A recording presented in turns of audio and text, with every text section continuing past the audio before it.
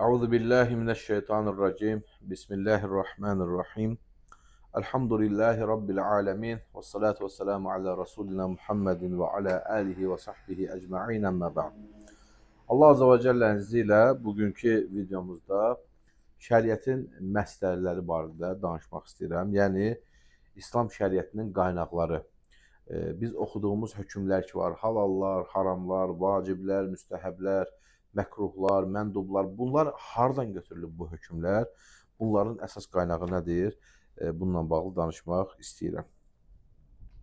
Baxın, İmam Şafi rahimehullah buyurur ki, hər halda yalnızca Allahın kitabı və Rasulullah sallallahu aleyhi və səlləmin sünnəsinə görə hökm vermək lazımdır. Bunun xaricində qalan hər vəziyyət, hər halda kitab və sünnətə tabidir. Yəni, elə bir şey yoxdur ki, elə bir əlavə bir dəlil yoxdur ki, o kitab və sünnətin xaricində olsun. Məsəl üçün, bura örnək gətirə bilərik icmanı, örnək gətirə bilərik, misal gətirə bilərik qiyası.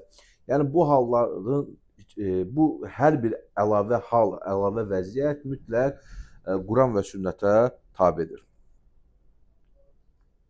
Həmçinin İmam Şafi rahimehullah buyurur ki, bir kəs ancaq bir dəlillə dayanaraq bir hökmə halal və ya haram deyə bilər. Dəlil isə Quran və sünnətdən nəql edilən bir xəbər və ya icma və ya isə qiyasdır. Bunu isə İmam Şafi rahimehullah Ər-Risalə kitabının 39-cu səhifəsində bizlərə bildirir. Həmçinin İbn Teymiyyə rahimehullah Məcmu'ül Fətavə 7-ci cild 40-cı səhifədə buyurur ki, əgər kitab, sünnət və icma desək belə, bu üçünün mənası birdir. Yəni, üçü də şəri dəlil olaraq qəbul olunduğu üçün üçünün də deyir mənası birdir. Belə ki, kitabda nə varsa, Peyğəmbər sallallahu aleyhi və səlləm onu təsdiq edər və ümmət də onun üzərində icma edər. İnananların hamısı Qurana tabe olmaqla məsuldurdular. Eyni şəkildə Nəbi sallallahu aleyhi və səlləm nəyə əmr etmişsə, Quran o mövzuda Peyğəmbərə tabe olmağı da əmr edir. Möminlər bu mövzuda da icma etmişlərdir. Eyni şəkildə müsəlmanların üzərində icma etdiyi hər şey kitab və sünnətə də uyğundur. Yəni, mümkün deyil ki, bir şey Quranda var, lakin sünnətdə o şey olmasın və ya sünnətdə onun əksi olsun və ya mümkün deyil ki, bir şey Quran və sünnətdə var, amma alimlərin icması, müsəlmanların icması Quran və sünnətdə olan şeyə zid olsun. Bu mümkün deyil. Hamısı, ona görə də İbn Teymiyyə rahimehullah sözlərinin başında nə deyir? Kitab, sünnət və icma desək də əslində bunlar hamısı dəlil olaraq eyni sayılır. Həmçinin Doktor Abdülkərim Zeydanın usul kitabında qeyd elədiyi gözəl bir hissə var ki, onu bildirmək istəyirəm. Fiqh qaynaqlarından məqsəd fiqhin dayandığı və üzərinə bina edildiyi dəlillərdir. Ya da belə deyə bilərik ki, özündən faydalanıldığı qaynaqlardır. Bəziləri bu qaynaqları şəriət dayanaqları, şəriət məqsədləri, şəriət qaynaqları və ya İslami təşri qaynaqları olaraq adlandırmaqdadırlar.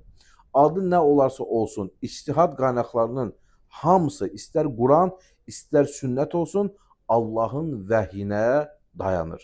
Bu səbəblə bu qaynaqları bu qruplara ayırmağı tərcih edirik. Əsas qaynaqlar bunlar kitab və sünnətdir. İcma və qiyas kimi kitab və sünnət mətnlərinə dayananlar da ikinci növ qaynaqlardır.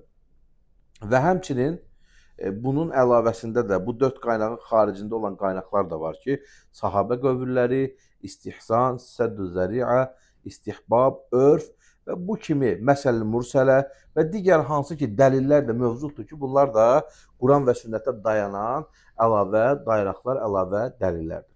Yəni, əziz qardaşlarım, bu videomuzda, bu kiçik dərsimizdə məqsəd o idi ki, şəriətin məqsədlərini, şəriətin əsas qaynaqlarını sizə göstərim, izah eləyim. Əlhamdülillah, əlbəttə ki, bunların Quran və sünnətdən dəlillər çoxdur. Bunu etdiyimiz zaman böyük bir dərs və ya dərs silsiləsi etmiş ola bilərik. Amma burada məqsəd sadəcə alimlərin qövülləri ilə dəlil deyildiyi zaman nə qəsd olunur, qaynaq deyildiyi zaman nə qəsd olunur, əsas dayanaq dediyi zaman nə qəsd olunur, bunun üzərində durmaq istədim və elhamdülillahi rabbil aləmin.